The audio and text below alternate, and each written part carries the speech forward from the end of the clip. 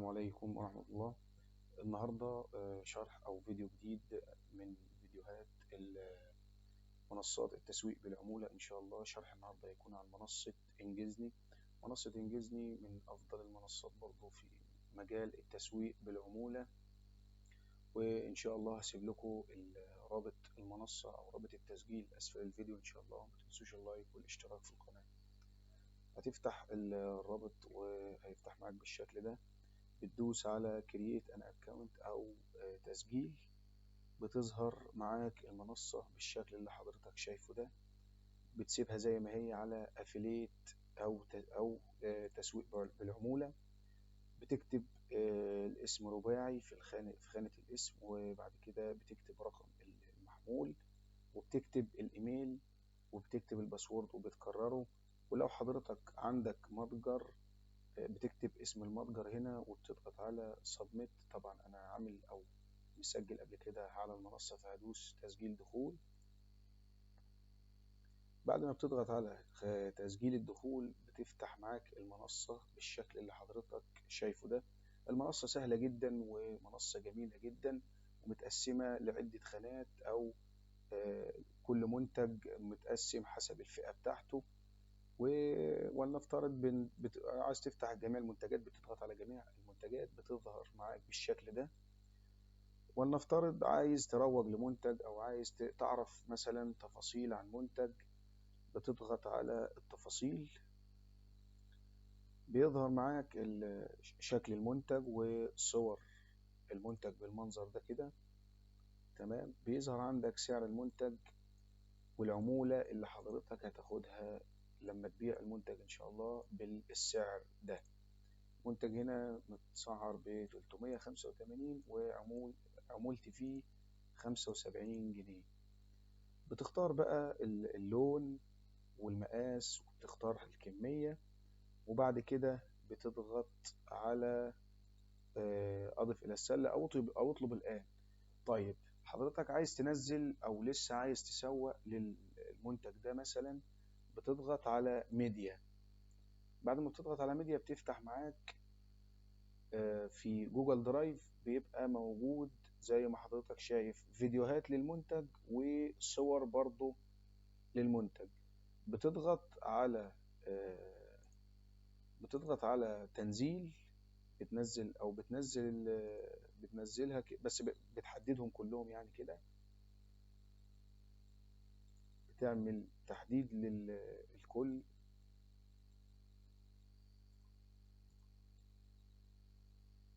من كنترول ايه بتعمل تحديد الكل، وبتضغط على خانة التنزيل دي، بينزل معاك في صورة او بينزل معاك ملف مضغوط، بتعمل فك للضغط وبتنزل معاك او بتلاقي حضرتك ان صور المنتج والفيديوهات اصبحت متاحة معاك، وتقدر تسوق للمنتج زي ما انت عايز.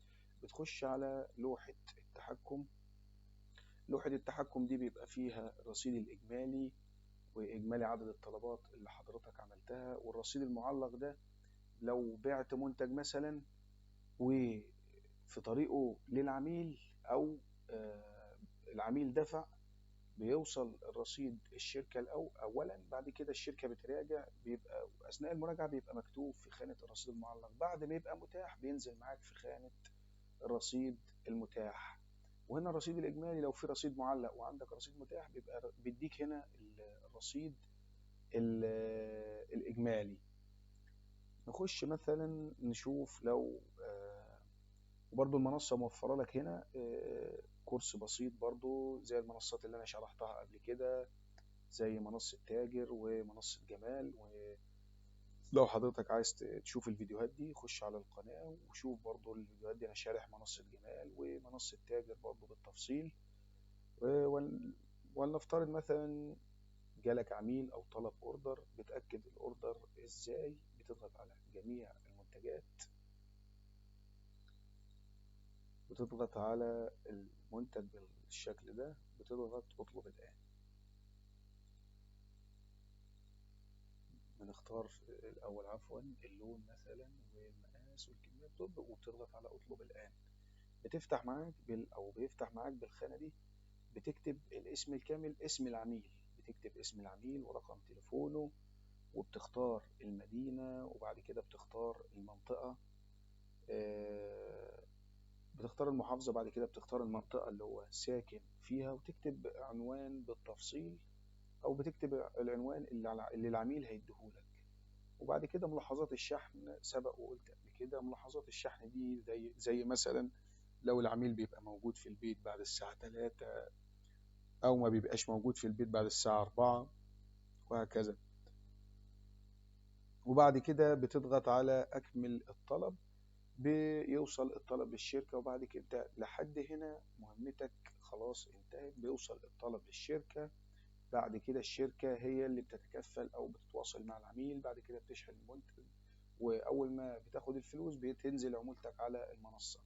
طيب نزلت لي عمولة وعايز مثلا أسحب العمولة، بتضغط على الماليات، وبتضغط على وسيلة الدفع دي. في الأول بتضيف وسيلة دفع متاحة معاك، زي مثلا رقم المحفظة الخاصة بيك، أو نفترض رقم حساب بنكي. وبتضغط على طلباتي المالية.